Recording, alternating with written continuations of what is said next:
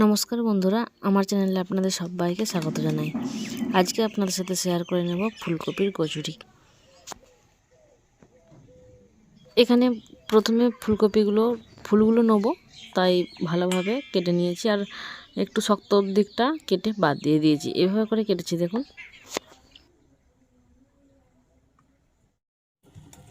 এখন গ্যাসের মধ্যে একটা পাত্র বসিয়ে দিয়ে জল দিয়ে দিয়েছি পরিমাণ মতো, আর এখন ফুলকপিগুলো দিয়ে দিচ্ছি সেদ্ধ হওয়ার জন্য।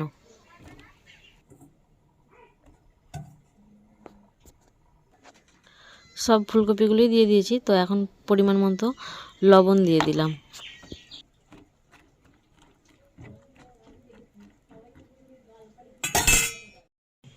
ওইদিকে ফুলকপি সেদ্ধ হতে থাক, আর এইদিকে কচুরির জন্য ময়দাটা মেখে নিই। দিয়ে দিলাম ময়ামের জন্য 2 চামচ সাদা তেল আর অল্প পরিমাণে লবণ।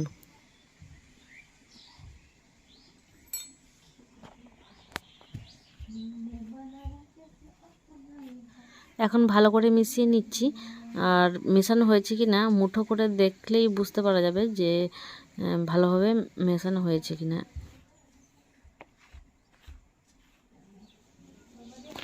এই যে দেখুন, এখন আমি মুঠো করে দেখে নিচ্ছি যে হ্যাঁ ভালোভাবে মেশানো হয়ে গেছে।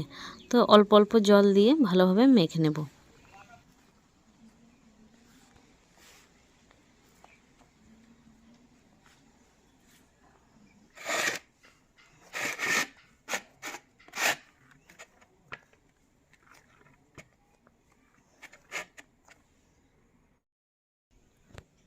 ময়দাটা ভালো করে মাখা হয়ে গেছে, তো কিছুক্ষণের জন্য ঢাকা দিয়ে রেখে দেব। এদিকে ফুলকপিও সেদ্ধ হয়ে গেছে, তো একটা পাত্রের মধ্যে ছেঁকে নিয়েছি। আর এখন কড়াইয়ের মধ্যে দিয়ে দিলাম সাদা তেল, আর দিয়ে দিলাম কালো জিরে ফোড়ন, অল্প পরিমাণে চিনি দিয়েছি মিষ্টি হওয়ার জন্য। এখন দিয়ে দিচ্ছি কাঁচা লঙ্কা ও আদা বাটা। এটা ভালো করে মিশিয়ে নেওয়ার পর দিয়ে দেব হিং অল্প পরিমাণে।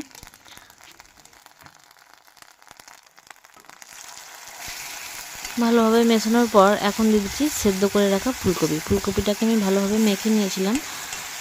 দিয়ে এখন কড়াইয়ের মধ্যে দিয়ে দিলাম, দিয়ে ভাজতে থাকবো। এখন দিয়ে দিলাম পরিমাণ মতো লবণ, দিয়ে একটু ভাজা ভাজা হয়ে গেলে, একটু পাতলা টাইপের হয়ে গেছিলো, সেই জন্য দিয়ে দিলাম 1 চামচ মতো ছাতু।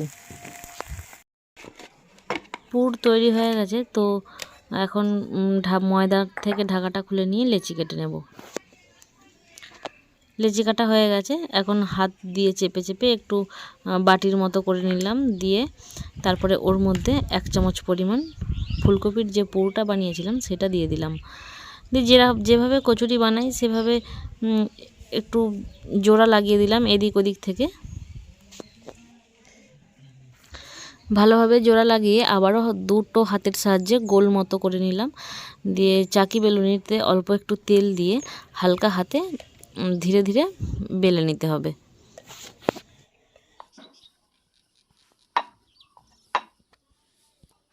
আমার সমস্ত কচুরিগুলি বেলা হয়ে গেছে। এখন কড়াইয়ের মধ্যে দিয়ে দিয়েছি আবারও সাদা তেল, আর তেলটা গরম হয়ে গেছে। এখন আমি কচুরিগুলো এক এক করে ভেজে নেব।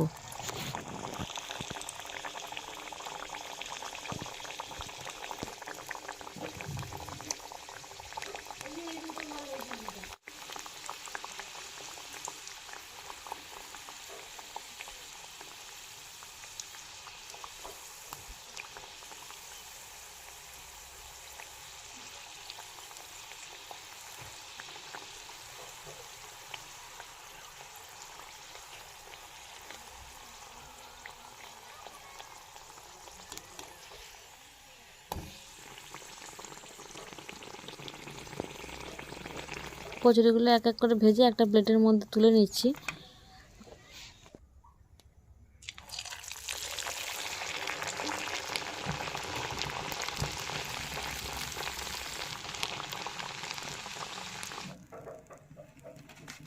আজকে কচুরির সাথে থাকবে আলুর দম। তো আলু প্রথমে সেদ্ধ করে নিয়েছিলাম ফুলকপির সাথেই, আর এখন আলুগুলোকে একটু ভেজে নেব। আলু ভাজা হয়ে গেছে, কড়াইয়ের মধ্যে তেল দিয়ে 5 ফোড়ন দিয়ে দিয়েছি, আর দিয়ে দিলাম একটা টমেটো কুচি। টমেটোটাকে ভালো করে ভেজে নিচ্ছি, আর খুন্তির সাহায্যে একটু কেটে কেটে দিচ্ছি, কারণ আলুর দমে একটু গ্রেভিটা হওয়ার জন্য। আর এখন দিয়ে দিলাম আদা বাটা। আলুর দমটা নিরামিষই করব, পেঁয়াজ বা রসুন কিছুই দেব না।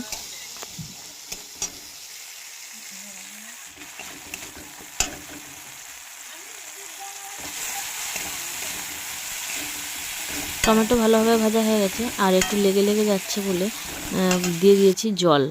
একটু ফুটুক, তারপরে মশলাগুলো দিয়ে দেব।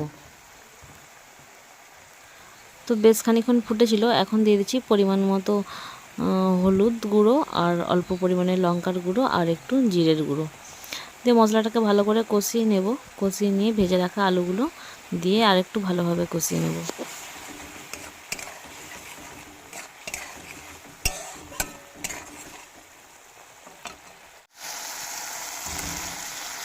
এখন ভেজে রাখা আলুগুলো দিয়ে দিয়েছি, দিয়ে একটু কষানোর পর দিয়ে দিলাম পরিমাণ মতো লবণ।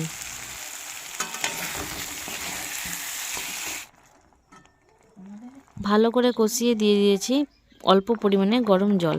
তো 1-2 মিনিট ফোটার পর দিয়ে দিচ্ছি কসুরি মেথি, ভালো গন্ধ হওয়ার জন্য।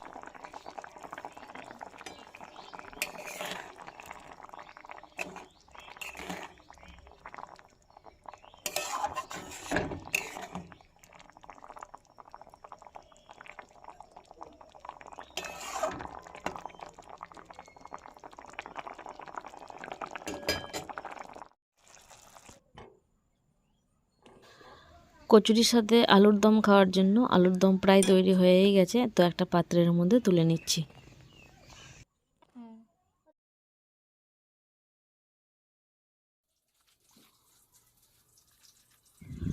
কচুরিগুলো আমি একটা প্লেটের মধ্যে রেখেছিলাম, এখন একটা বাটির মধ্যে তুলে নিচ্ছি।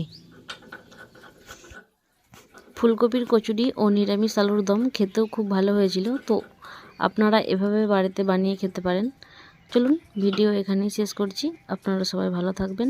আমার ভিডিও কেমন লেগেছে তা অবশ্যই কমেন্টে জানাবেন। যদি ভালো লাগে তাহলে একটা লাইক করতে পারেন। দেখা হচ্ছে খুব শিগগিরই পরবর্তী একটি রান্না নিয়ে।